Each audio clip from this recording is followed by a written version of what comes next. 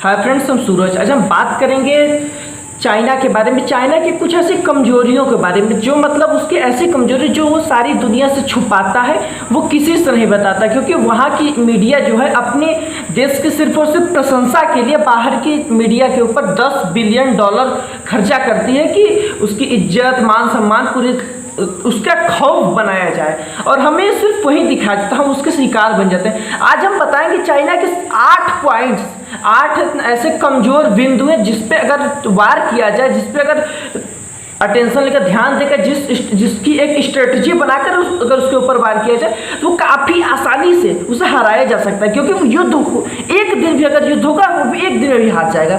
तो सबसे पहली स्ट्रेटजी में यह है कि हम चाइना के पास 13 मिलिट्री सैटेलाइट है जो पूरे धरती के चारों तरफ घूमती हैं और ये करती हैं कि सारे देश के ऊपर नज़र रखती हैं। तो ऐसे सैटेलाइट को ढूंढ के मारने की टेक्नोलॉजी एक अमेरिका के पास है और रूस के पास है। तो आज अमेरिका हमारा साथ देगा, ये गारंटी है, और रूस उसका साथ नहीं दे सकता, उसका साथ रूस नहीं देगा। तो यह टेक्नोलॉजी हम अमेरिका से लेकर उसके 13 के 13 मिसाइल को एक ही दिन में मार सकते हैं। और अगर हम उसके सैटेलाइट्स को मार देंगे तो उसका क्या कर पाएगा वो कुछ, उसके जो मिसाइल से वो रखे रह जाएंगे। क्योंकि वो दूर तक उसी से मार करता है, वहीं से वो टारगेट को फिट करता है।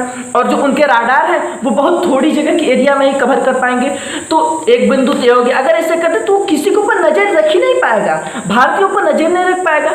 तो अगर वो भारत के ऊपर नजर नहीं रख पाएगा तो कैसे किसी से युद्ध करेगा। फिर दूसरी बात यह, वहाँ पे 2 पावर ग्रिड हैं, बहुत बड़े बड़े। चाइना में मेन हेड 2 ही पावर ग्रिड है, और अगर हम उसके ऊपर मिसाइल दाग दें तो वो मिसाइलें, क्योंकि उनकी एंटी बैलिस्टिक मिसाइल जो अपनी सुरक्षा के लिए, वो तो हम सैटेलाइट्स को पहले ही मार चुके हैं, तो वो काम नहीं कर पाएंगी और हम आराम से एंटी बैलिस्टिक मिसाइल से मार सकते हैं। और जब वहाँ के पावर ग्रिड को हम टारगेट करके उड़ा डालेंगे तो वो खत्म। तो अगर किसी भी देश में पावर कट हो गया, ब्लैकआउट हो गया, अगर आप ही मानिए आप अगर 2 दिन बिजली नहीं है तो कितना बैकअप रखे हैं, 1 दिन 2 दिन इन्वर्टर का बैकअप इतना ही दे सकते हैं ना। जब बैकअप खत्म, पावर ग्रिड चला गया तो कितना दिन बैकअप देगा। तो उसके जो राडार्स हैं, सेंसर्स हैं, उसके जो राडार है उसकी कम दूरी में कर पाएगा ना, वो किसी को नहीं पकड़ पाएगा। तो वो भी धीरे धीरे ठप होने लगेंगे। तो ये भी हो गया। फिर उसके पास मिलिट्री एयर बेस है, मतलब अपने हवाई पावर के ऊपर वो जमता है कि हमारे पास एयर फोर्स बहुत ज़्यादा है। तो अगर हम उसके मिलिट्री बेस को ताबड़तोड़ हमला कर दें तो वहाँ के जो उसके लड़ाकू विमान हैं रखे हुए, वो रखे रह जाएंगे।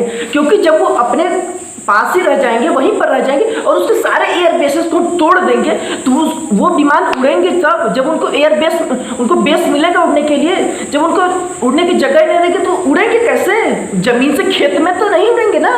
उनके लिए उनका बेस चाहिए, हवाई पट्टी चाहिए, वो उड़ा ही नहीं पाएगा। तो रखे रह जाएंगे। ऐसे विमान का क्या फायदा होगा, कुछ नहीं, सिर्फ और सिर्फ रखे ही म्यूजियम में दिखाने के काम में आएंगे। ये 3 हो गया।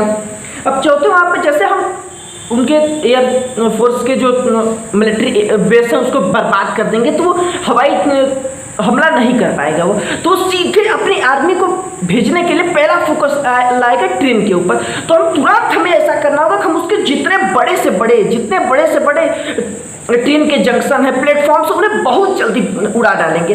तो वो सेना को फिर नहीं भेज पाएगा। मतलब हमारे जहाँ युद्ध की स्थिति आ रही, हमारे क्षेत्र तक वो सेना नहीं आ पाएगी। मतलब एयर से उसकी सेना आ नहीं सकती, जमीन से आ नहीं सकती। फिर पानी बचा तो वो नेवी को वहाँ से हटा नहीं सकता, क्योंकि पहले से ही उसके दुनिया भर के दुश्मन पड़े हुए हैं। क्योंकि अगर वो वहाँ पर लाएगा तो उसके वहाँ के जितने दुश्मन है वो सारे उसको कब्जा कर लेंगे। क्योंकि भारत को सिर्फ और सिर्फ 2 मोर्चों पर लड़ाई करनी पड़ सकती है, एक चाइना, दूसरा पाकिस्तान। और पाकिस्तान की इतनी औकात नहीं है कि सामने आएगा, क्योंकि जब बाप के ऊपर खतरा है तो बेटा सामने नहीं आएगा, पहली बात। और हमारे साथ पहले से अमेरिका है तो पाकिस्तान तो कुछ बोल ही नहीं सकता, बोलेगा ही नहीं, क्योंकि उसकी औकात नहीं, उसकी रोटी पानी उसी से अमेरिका से ही चलती है।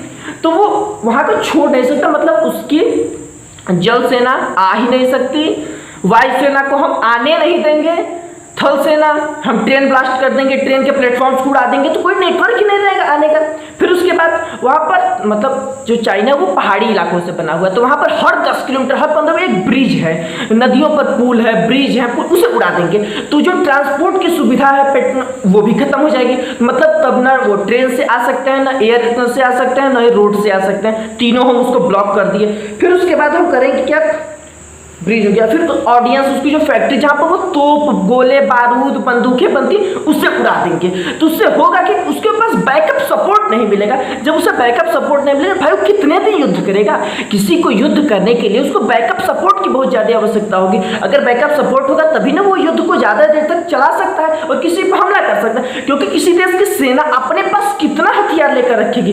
1 2 4 इतना ही ना, इससे अधिक तो नहीं रख सकती। तो अब समझ ही लीजिए। फिर उसके बाद वहाँ के उसका सबसे मजबूत है बंदरगाह, मतलब वो या तो एक्सपोर्ट ज़्यादा सामान करता है, तो एक्सपोर्ट करने का सबसे आसान जरिया है जल, पानी से करता है। तो उसके जो बड़े बड़े बंदरगाह उसे हम ब्लास्ट कर देंगे। उसके ऊपर जब हम हमला करेंगे तो लगभग 100 वर्षों तक फिर से चाइना खड़ा ही नहीं हो पाएगा अपने पैरों पर। और वो इसके लिए इतना बुरी तरीके से इस मुद्दे इस ऐसी जगह पर हमला करने से वो हारेगा, तो फिर वो लगभग 100 सालों तक वो खड़ा होने की हिम्मत नहीं करेगा और सारी दुनिया से चाइना का समस्या का निदान हो जाएगा।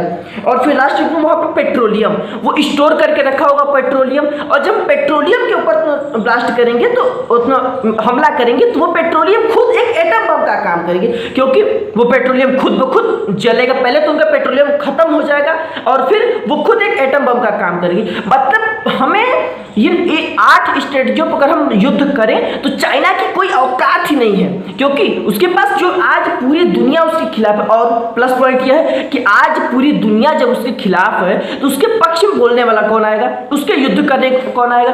क्योंकि थल सेना को हम रोक दिए, जल सेना आ ही नहीं सकती, वायु सेना को हम आने ही नहीं देंगे, भाई युद्ध कैसे करेगा? आप लोगों को सिर्फ दिखाया वही जाता है जो $10 बिलियन पूरे दुनिया की मीडिया के ऊपर खर्चा करती है अपने देश की इज्जत बढ़ाने के लिए, अपने देश के गुणगान करने के लिए और दूसरों को दबाने के लिए, एक मनोवैज्ञानिक दबाव बनाना चाहते हैं। और सिर्फ इसे के हम सारे लोग शिकार होते। हम सोचते चाइना के पास इतनी आर्मी है, इतनी आर्मी है, इतने पैसे अपने इतने खर्चा करता, भाई कुछ नहीं करता। और ऐसा हमसे बात ही नहीं कर रहे हैं। इजराइल जो है वो ऐसा कर चुका है, वो स्ट्रेटेजिकल वार करके अरब देश की पूरी सेना को, इतना छोटा सा देश इजराइल, अरब देश की पूरी सेना को अकेले ही हरा दिया।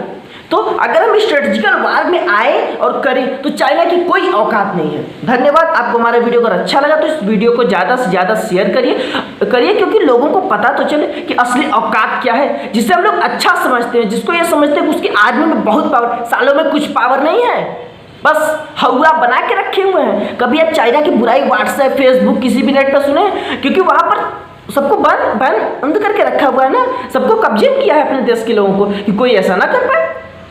और इसी चैनल को आप सब्सक्राइब करिए, क्योंकि ऐसे ही वीडियो आपके पास लगातार पहुंचते रहे। धन्यवाद।